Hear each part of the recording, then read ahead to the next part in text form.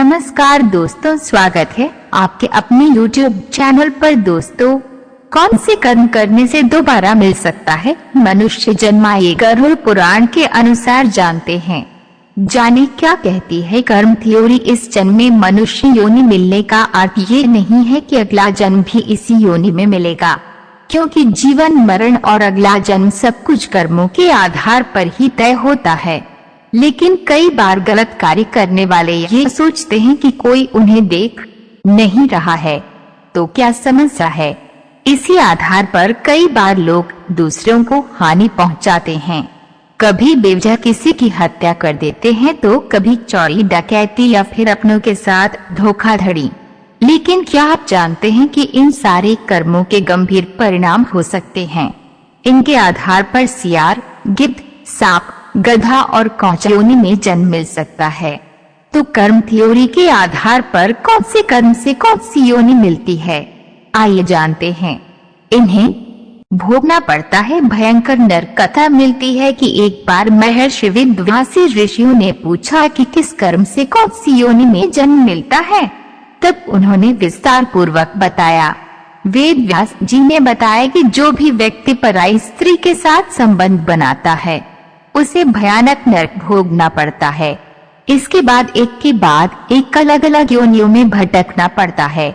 ऐसे कर्म करने वाले बनते हैं भेड़िया। महर्षि वेदव्यास ने कहा कि हर स्त्री का आदर करना चाहिए, कभी भी किसी भी स्त्री को परेशान नहीं करना चाहिए, अन्यथा ऐसा करने वाले सबसे पहले भेड़िए के रूप में जन्म लेते हैं।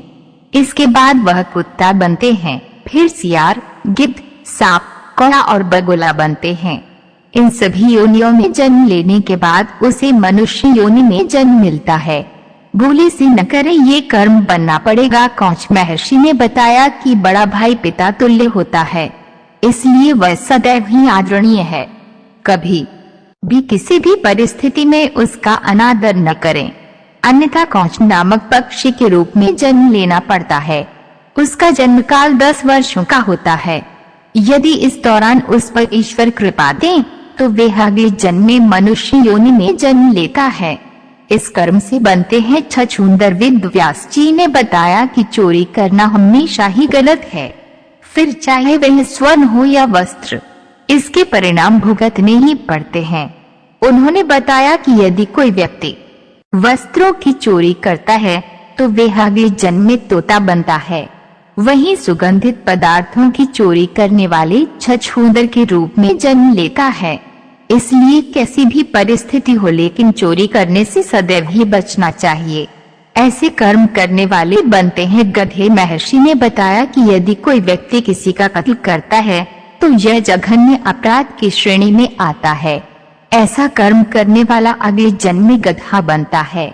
लेकिन यदि वह जिस शस्त्र से हत्या करता है उसी से उसकी भी हत्या हो जाए तो उसे मृग योनि मिलती है। इसके बाद वह मछली, कुत्ता और बाघ बनता है।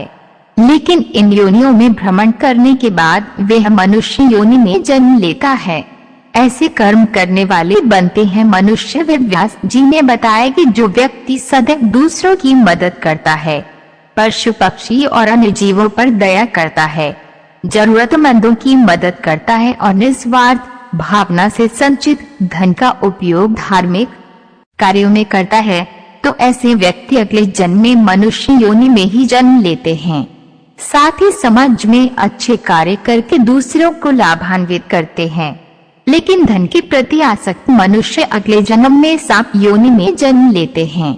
दोस्तों, हम उम्मीद करते हैं कि आज का हमारा ये वीडियो आपके लिए उपयोगी साबित हुआ होगा। अगर उपयोगी साबित हुआ है तो आगे जरूर शेयर करें ताकि अन्य लोगों तक भी ये महत्वपूर्ण जानकारी पहुंच सके।